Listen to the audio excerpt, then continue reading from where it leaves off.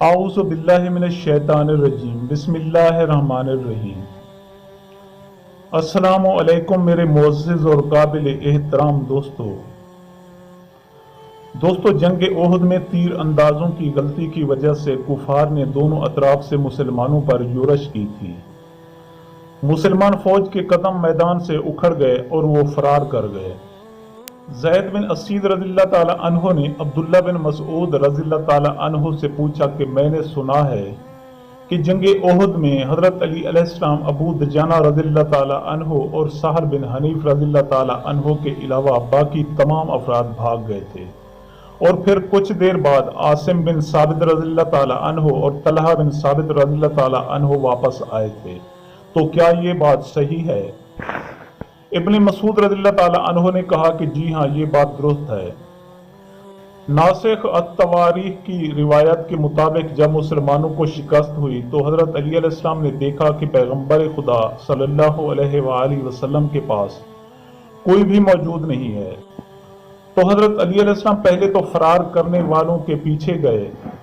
اس گروہ میں دیگر اصحابہ کے علاوہ حضرت عمر رضی اللہ تعالیٰ عنہ بھی شامل تھے۔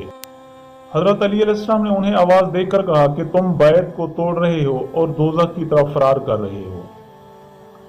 حضرت عمر رضی اللہ تعالیٰ عنہ خود روایت کرتے ہیں کہ اس دن میں نے حضرت علی علیہ السلام کو دیکھا کہ علی علیہ السلام کے دائیں ہاتھ میں تلوار تھی جس سے موت ٹپک رہی تھی، اور غیظ و غضب کی وجہ سے حضرت علی علیہ السلام کی آنکھیں خون کی طرح سرخ تھیں۔ حضرت علی علیہ السلام کی آنکھیں دیکھ کر یوں محسوس ہوتا تھا جیسے روغن زیتون میں آگ لگی ہوئی ہو۔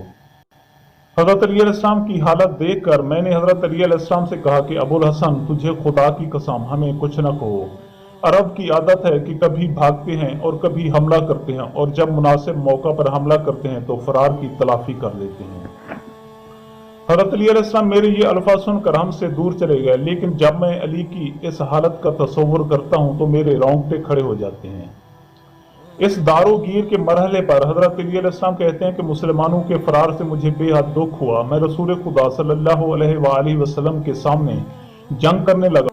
اس وقت آن حضرت صلی اللہ علیہ وآلہ وسلم میری پشت کی جانب موجود تھے۔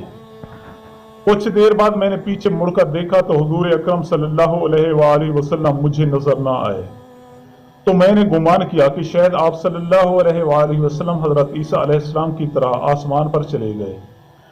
حضور اکرم صلی اللہ علیہ وآلہ وسلم کی مفارقت میرے لیے ناقابل برداشت صدمہ تھی۔ میں نے پوری قوت مجتمع کر کے مشرکین پر حملہ کر دیا، اور کچھ دیر کے بعد میں نے انہیں مار مار کر بھگا دیا۔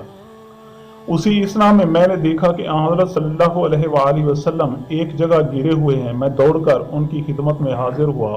آپ صلی اللہ علیہ وآلہ وسلم نے فرمایا کہ لوگ کہاں گئے؟ میں نے عرض کی کہ مولا، لوگ آپ کو تنہا چھوڑ کر بھاگ کھڑے ہوئے۔ آپ علیہ السلام نے فرمایا کہ تم کیوں نہ گئے؟ میں نے عرض کی کہ میں آپ صلی اللہ علیہ وآلہ وسلم کی پیروی کرنے والا ہوں۔